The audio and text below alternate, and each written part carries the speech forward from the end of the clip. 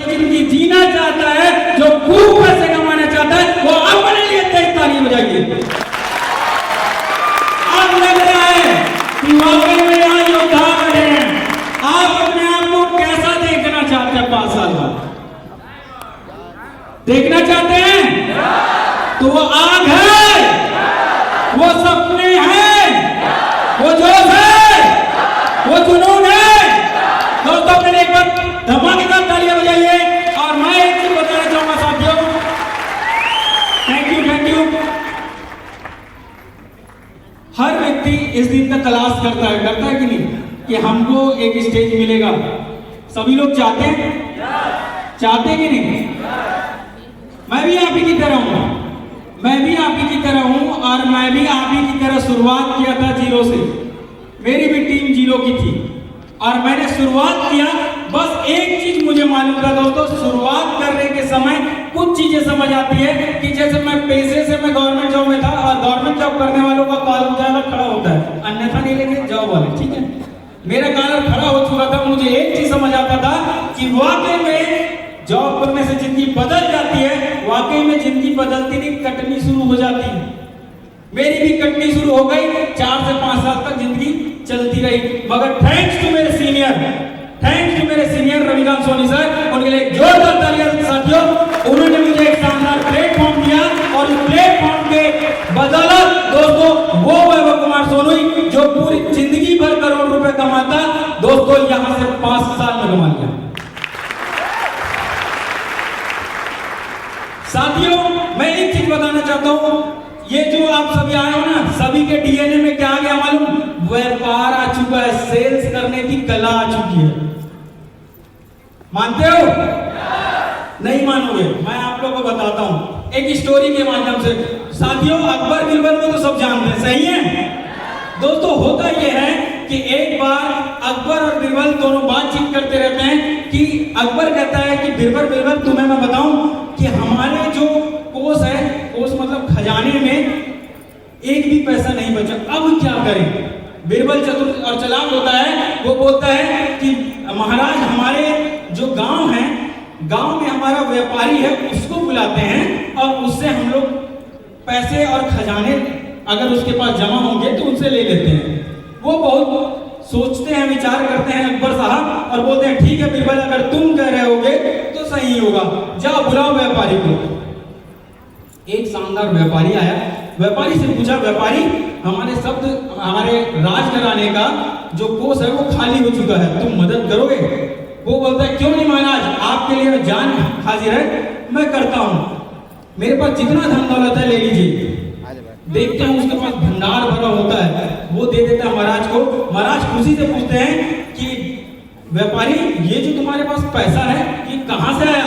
बोलता है महाराज आप जो टैक्स लगाते थे, आप जो जहां जहां पे छोटे छोटे भी कर लगाते थे, मैं उसमें से चोरी कर लेता था और उसी को बचा के ये अथाह संपत्ति बना लिया।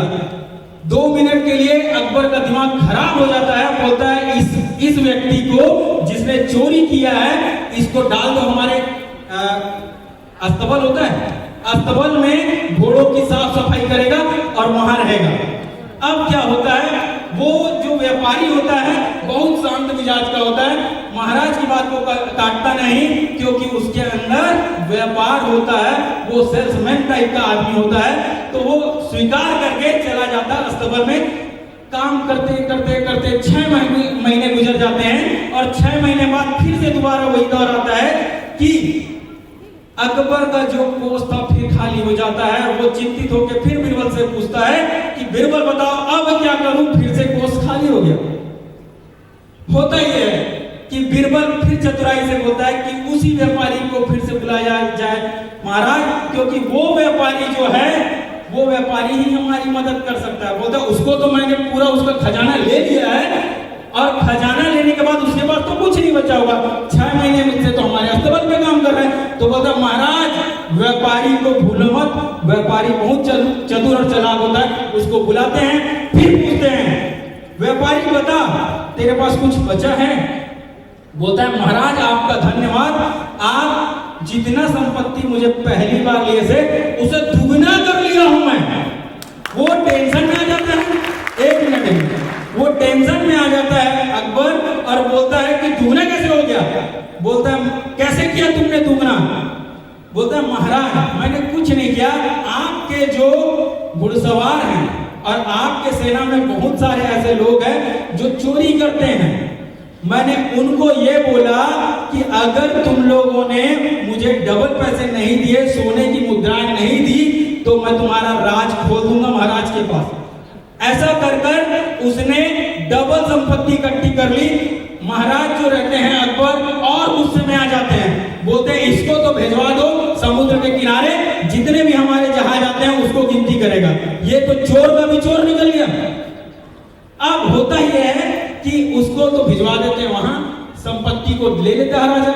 अब होता यह है कि संपत्ति को लेने के बाद जब वहां फिर से वैसे गुजरता है 6 महीना। अब 6 महीने के बाद होता यह है कि 6 महीने बाद फिर से राजा का खजाना खत्म हो जाता है, फिर से उसी व्यापारी को बुलाया जाता है और फिर से उससे को बताया जाता है कि हमारी संपत्ति खत्म हो गई, क्या तुम्हारे पास कुछ बच गया?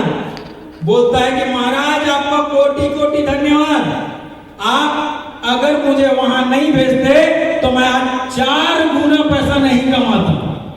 अब बजा सकते हो ताली। अब 4 गुना कहां से आ गया? महाराज और टेंशन में बोलता है कि महाराज जो दूसरे देश के लोग हैं हमारे यहाँ आते हैं जाते हैं, पैसे का लेन देन करते हैं, उसमें कई काला धन होता है। मैं उनको बोल के रखा कि आप लोगों का अगर पुल नहीं खोलना है तो आप मुझे रकम जो दुगनी है वो 4 गुनी दे दो। ऐसा करके मैंने 4 गुना संपत्ति बना ली। दोस्तों मोरल ऑफ द स्टोरी क्या है? मोरल ऑफ द स्टोरी है कि जिस व्यक्ति को धंधा करना होता है, जिस व्यक्ति को व्यवसाय करना होता है, जिसके डीएनए में एक सेल्समैन की आदत होती है, वो अवसर खोज लेता है साथियों, अवसर खोज लेता है।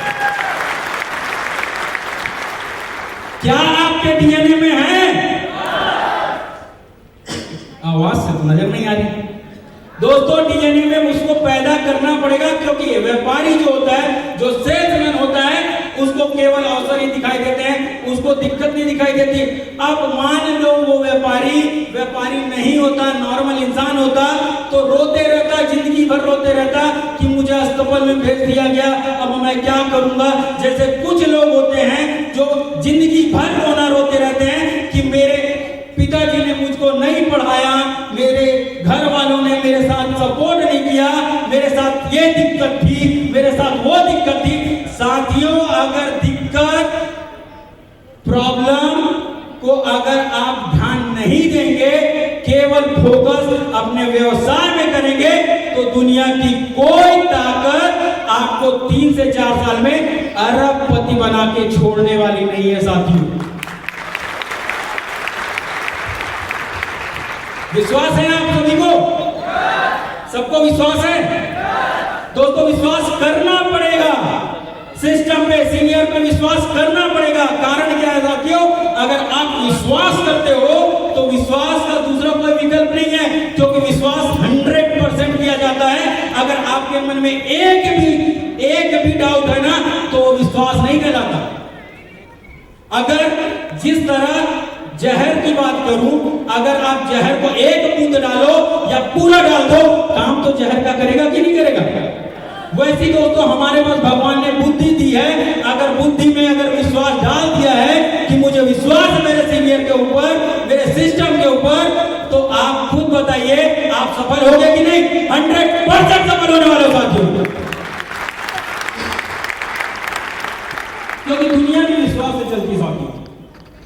आप करते हैं विश्वास?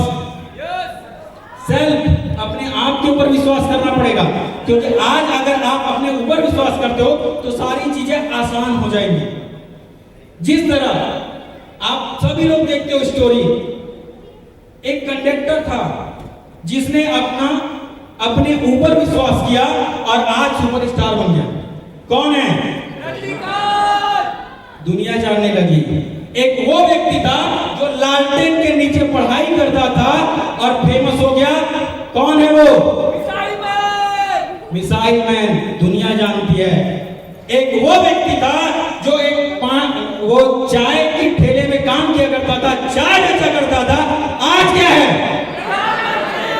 दोस्तों मैं ये रियल स्टोरी की बात कर रहा हूं, ऐसे हजारों एग्जांपल हैं जो मैं आपके सामने रख सकता हूं। अगर जो व्यक्ति अपने ऊपर विश्वास करता है वो 100% सफल होता है कि नहीं होता? होता है ना सफल? सब क्यों?